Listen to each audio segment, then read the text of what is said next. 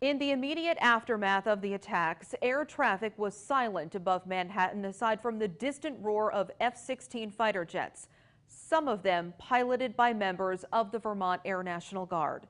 Local 22's Devin Bates spoke with 3 airmen who patrolled Ground Zero from above to keep first responders and America safe. In the early morning hours of September 11th, soldiers' plans didn't include loading live missiles and cannon shells into their jets, but when unthinkable tragedy arrived on America's doorstep, the Vermont Air National Guard was ready.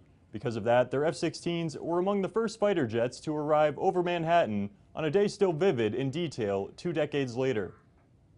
I remember that feeling of, all right, we have to do something. On the morning of September 11th, 2001, Colonel Dan Finnegan could be found in the Vermont Air National Guard's mission planning room getting ready for a routine training flight. When he took off in an F-16 fighter jet later that night, it was anything but. I remember kind of a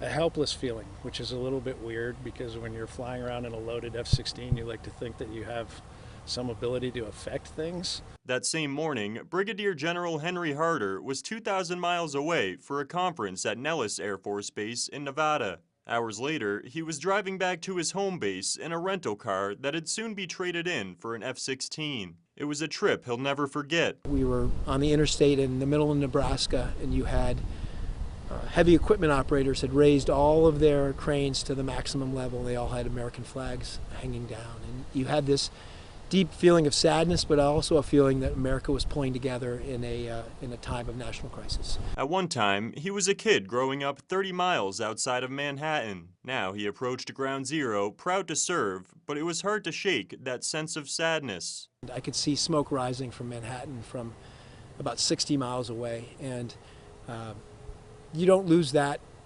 imprint in your mind, is that you feel like your backyard has been attacked. Despite the chaos on the ground, their work didn't go unnoticed by first responders. Sergeant Chad Crowningshield will always remember what one New York City detective said to them years later. He, along with many others, they heard the jets up in the sky, and being able to look up and know that those F-16s were covering them, and we had their back. General Harder also reflected on the fact that a lot of new enlistees in both the Vermont Air National Guard and the Army National Guard weren't even born yet on 9/11.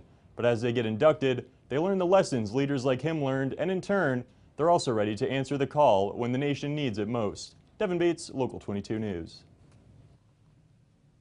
Devin, Vermont, like the rest of